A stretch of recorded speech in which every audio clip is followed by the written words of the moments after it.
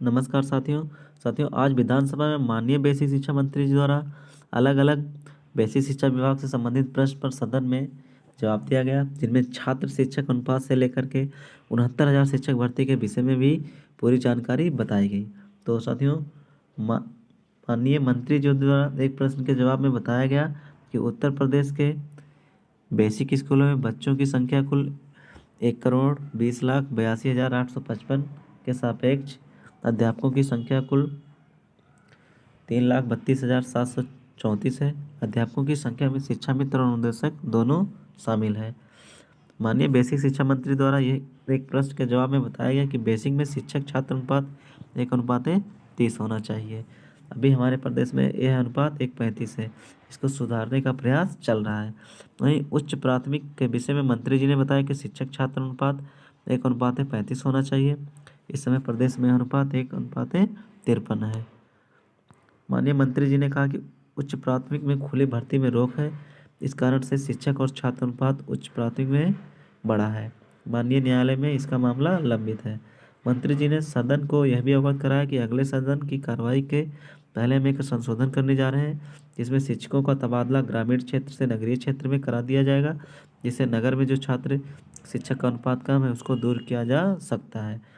मंत्री जी ने सदन में यह भी बताया कि अब की गर्मी की छुट्टी में जिले के अंदर शिक्षकों का तबादला करेंगे, जिससे जिस स्कूल में कम शिक्षक है उसको ज़्यादा शिक्षक वाले स्कूल से भरा जा सके।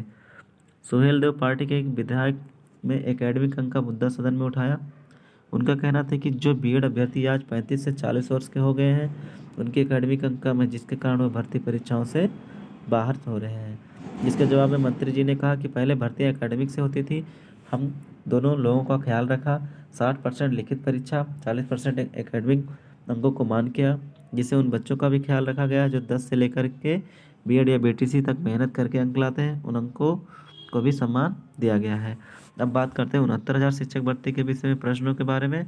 तो बसपा विधायक के मंत्री जी ने 1137 अनुसूचित जनजाति की सीटों को अनुसूचित जात में जोड़ने के लिए कहा, जिस पर मंत्री जी का कहना है कि 1994 आरक्षण नियमावली के अंतर्गत अगर किसी कैटेगरी की सीट खाली बचती थी तो उसको दूसरे आरक्षित वर्ग के अभ्यर्थियों से तुरंत जोड़कर भर लिया जाता था।